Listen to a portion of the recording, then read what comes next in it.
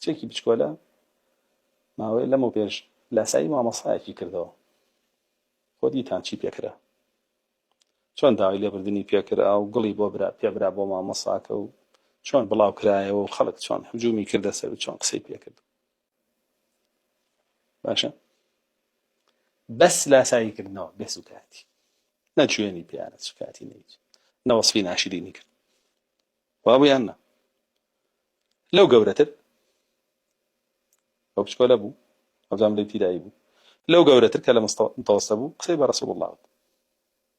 چیان پێوت هیچ داوای لێبوردنیان پێ کرد هەرایان لەسەر دروست کرد ناخێت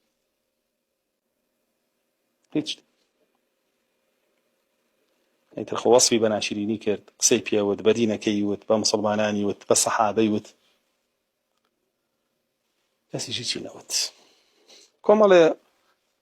مسلمان هاتنە جواب لە تۆڕە کۆمەڵاتیەکان و لەم لاولە بەس خۆی ئەمە پێتەڵێ ئەو حکمەی تۆ حکمەکە ئەو دەسەڵاتی تۆ با بەڕێوە نرخی پێغەمبەرەکەت لانیە هی ئەوەیە خۆی نرخی هەبێ لای تۆ ها نەک بڕۆی خۆتی بۆ بەکوش بیت نەک دیفاعی بێکەی نەک عەلەمی بۆ بابی نەک سەری بخەیت و نەک خۆتی بە قوربان و بەساقەت بێ نرخی نەبێ لەلاو چونکە نرخی پێغەمبەرەکەتی لانیە نەقەی نەکرد بۆی نەبووە هیچ نەبووە یعنی تۆ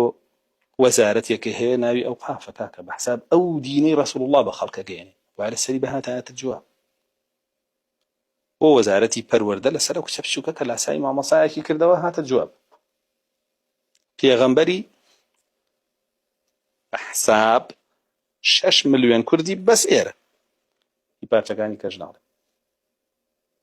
تۆ چۆن یعنی نەهاتیتە جواب تاس چۆن ئەو شیعرە و قەدەغە نەکردو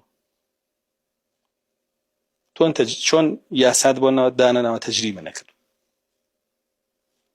بەڕاستی هەتا ئێمە ئاوابین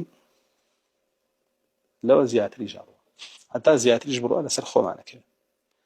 ئەگەر لەسەر چەند شتێکی ئاوا مووقیف هەبێ ئەوە ئەو گاڵتە سوکاتیانە ئەوەستێنرێ و گوێن و سوکاتیانە ئەوەستێنرێ بە دین و بە ڕەسوڵ الله صلی الله علیه وسلم بەس ئەگەر مووقیف نەبێ زیاتر ئەبێ کەواتە زۆر جار بێمەوقیفیەکە تاوانی گەورەترە لە چی؟ لە سوکاتێک زۆر گەورەترە بۆ چونکە بێمەوقیفیەکە ئەبێتە هۆی بەردەوامبوونی ئەوانە و زیادکردبوونیشی